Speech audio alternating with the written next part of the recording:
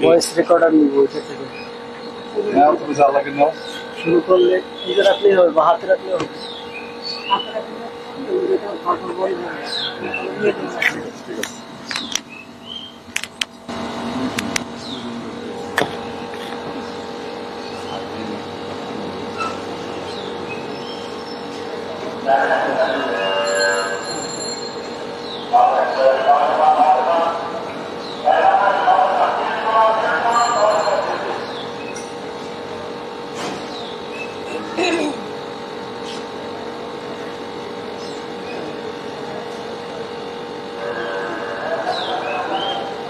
এই independent TV থাকার কথা ছিল কি আছে নাকি পারমিনা পরে দেখলাম না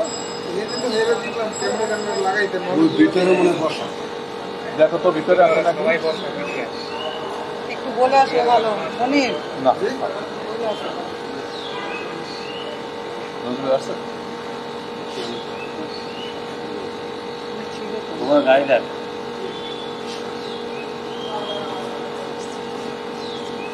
আমার খুব ইচ্ছা ছিল যে আমার একটা আমার এখানে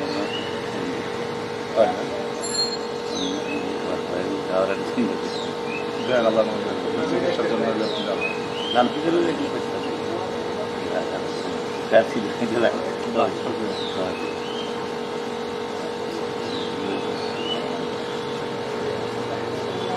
এখন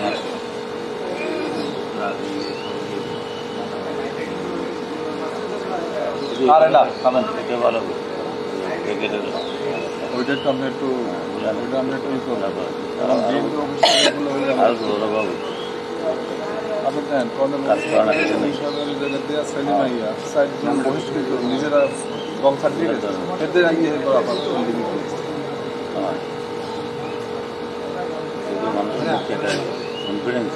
আমার বন্ধুর ভিতরে আপনি যদি আবার পিছন থেকে বন্ধুর বাড়িতে বেড়াইতে যায় যদি বন্ধুর পরও বিয়ে করে তাহলে কেমন ধরেন অবশ্যই বেড়াইতে যায় বন্ধুর লাগে বন্ধুর সংসার ভাঙা যাবে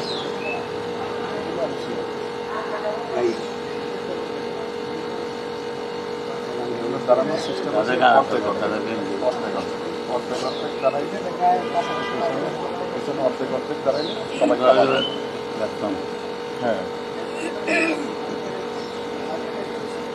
ওইটাই মানে আমার মেইন এখানে বক্তব্য লাগবে যে আমরা এক প্ল্যাটফর্মের জন্য আমরা বলছি আবার হ্যাঁ মানুষের দেখাইতে আপনি এই আবার যুগপথ করেন আমাদের পরবর্তী সামনে যাওয়া মানুষের মানুষের মধ্যে একটা ধারণা গেছে যে না এরা বোধ পারে পারবেন না এখন ওই ধারণা তৈরি তৈরি করতে হবে ও ভাই কই আপনার লোকজন সব চলে গেছে কই কত নজরুল ভাই ডাক্তার কেউ নাই তো আচ্ছা ঠিক ঠিক কিন্তু আসলে ওদের আবার 7টা নিউজ ধরান লাগে তো সমস্যা অফিসে আছে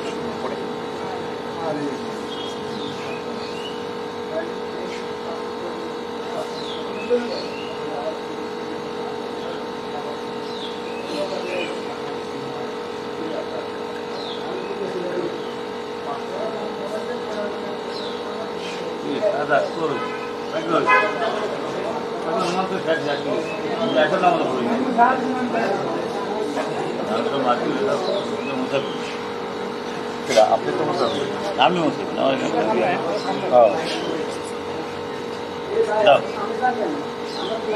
এই ভাই খেয়াল করে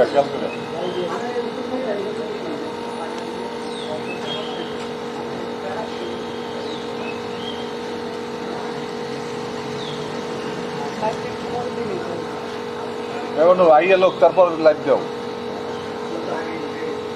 ও এখন লাইভ চলতেছে আর কাটা তার খবর না রে এত ওই যে ইয়ার মতো অবস্থা কল্যাণ পার্টির অফিসের মতো অবস্থা ছোট ছোট কথা সব লাইভে লেগে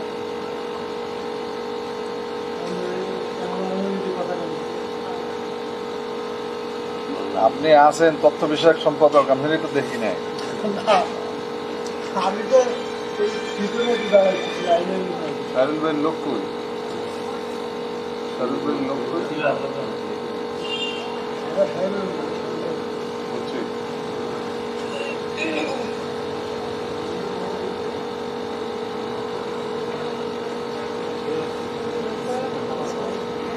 মনে হয় আমাদের তো করতে আছে বকেয়া। আমি 2 টাকা কম পড়ছি না।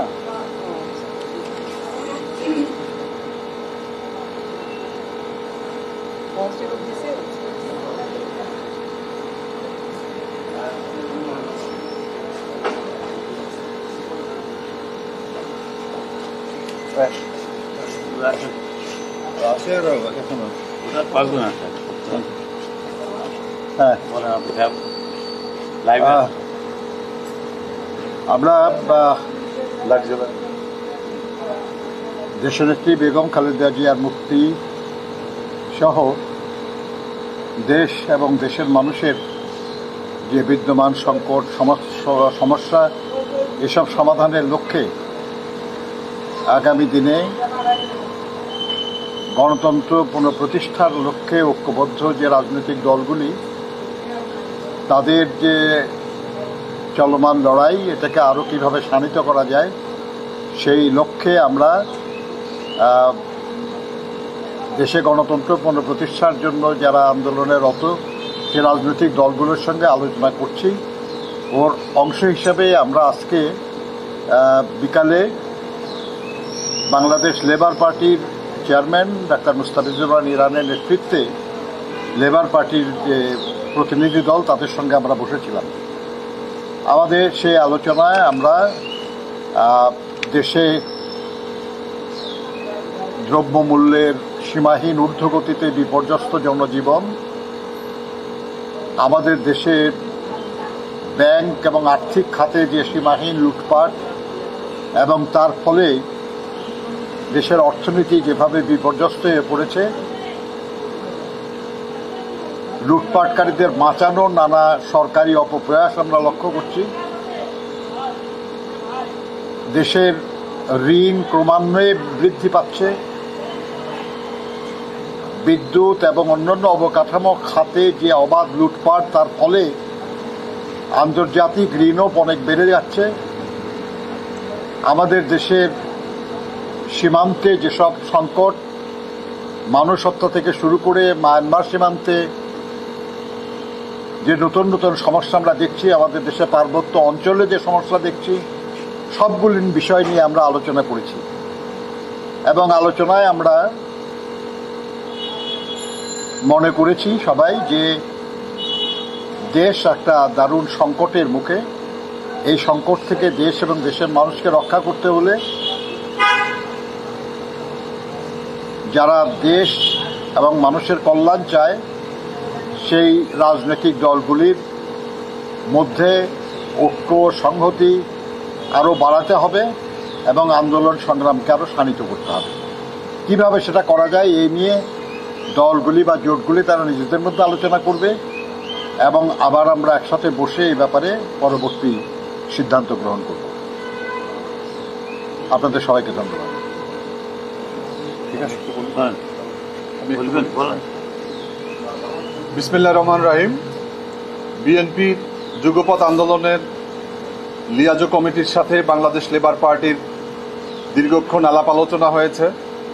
বাংলাদেশ লেবার পার্টি বিএনপির সাথে আমরা দীর্ঘদিন যাবৎ গণতন্ত্র পুনরুদ্ধারের জন্য, আইনের শাসন, ন্যায় বিচার, ভোটের অধিকার প্রতিষ্ঠার জন্য আমরা কাজ করছি এবং বিগত আন্দোলনগুলোতে আমরা আমাদের সর্বোচ্চটুকু দিয়ে আমরা বিএনপির পাশে ছিলাম।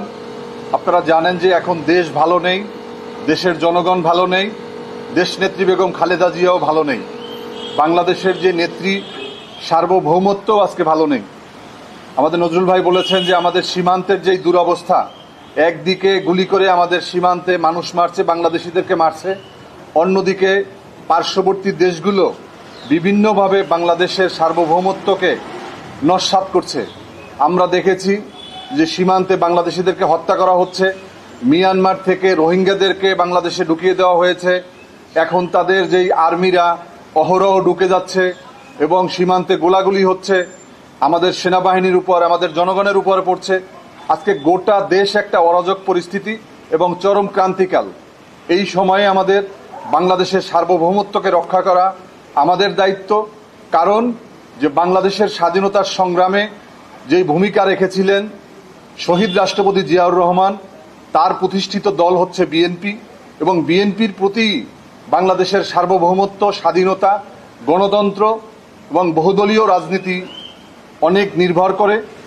আজকে জানেন যে বেগম খালেদা জিয়া প্রায় 7 বছর যাবৎ কারা অন্তরীণ।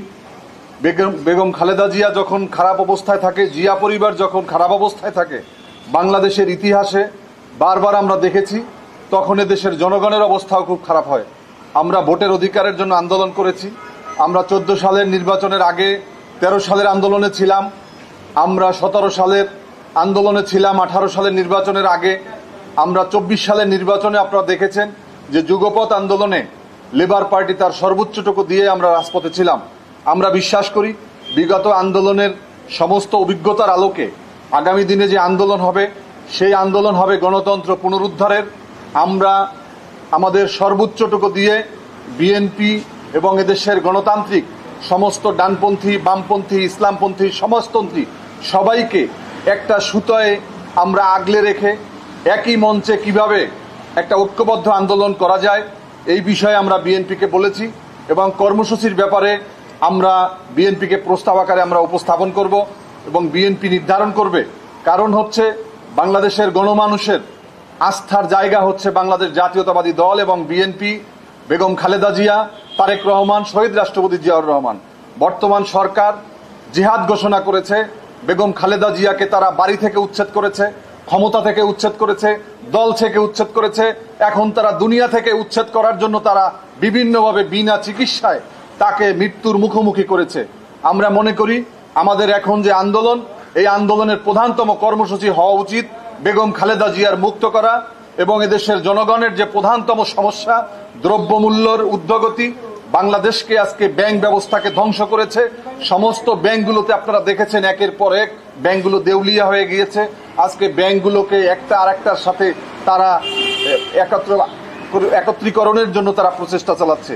বাংলাদেশ থেকে অর্থ পাচারের মধ্য দিয়ে বাংলাদেশের অর্থনীতি আজকে ধ্বংসস্তূপে পরিণত হয়েছে।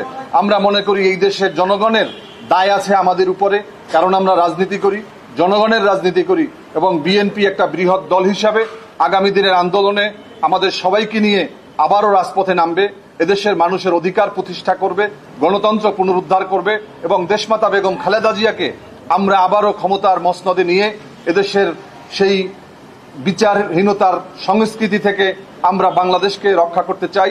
আমরা আইনের শাসন প্রতিষ্ঠা করতে চাই।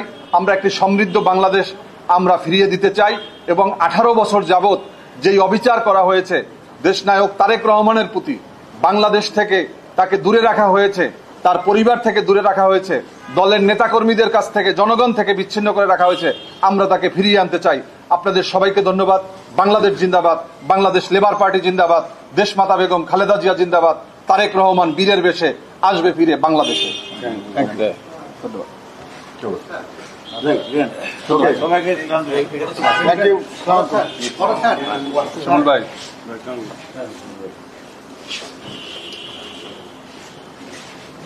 আমরা বেরোই।